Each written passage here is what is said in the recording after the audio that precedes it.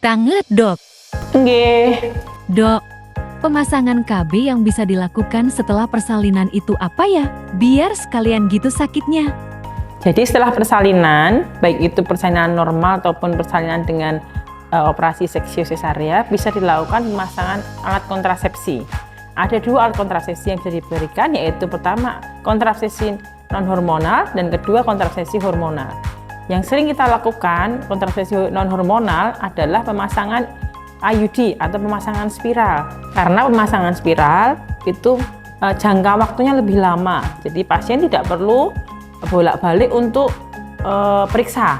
Jadi hanya memerlukan kontrol 1 tahun sekali atau 2 tahun sekali, sampai dengan 5 sampai dengan 7 tahun ke depan.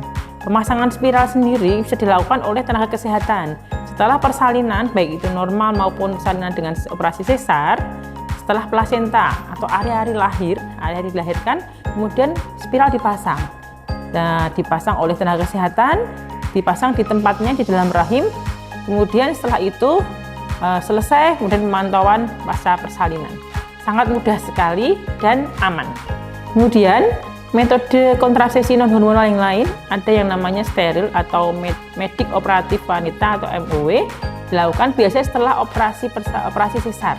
Setelah operasi sesar, kemudian setelah dijahit rahimnya, kemudian dilakukan pemotongan dari saluran telur atau tuba falopi.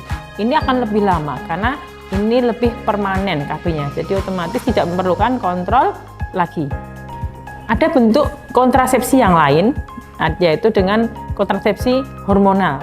Setelah persalinan, bisa baik itu normal maupun operasi sesar, bisa diberikan KB misalnya suntik ataupun implan. Namun demikian, terkadang ada efek samping yang tidak diharapkan, yaitu bisa mengganggu produksi ASI seperti itu. Jadi sedulur sehat, itulah berbagai macam alat kontrasepsi yang bisa kita lakukan setelah dilakukan persalinan, baik itu persalinan normal maupun persalinan dengan operasi sesar. Persalinan metode kontrasepsi hormonal dan kontrasepsi non hormonal.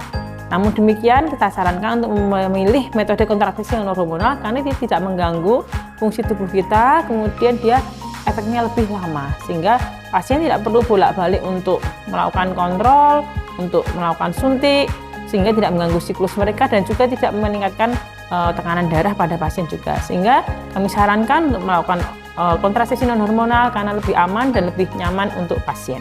Ya, jadi sedulur sehat, saya sarankan mulai sekarang selama ibu masih hamil segera datang ke fasilitas kesehatan terdekat, baik itu ke ibu bidan atau ke dokter spesialis kandungan untuk mendapatkan pengetahuan tentang konseling kontrasepsi yang tepat.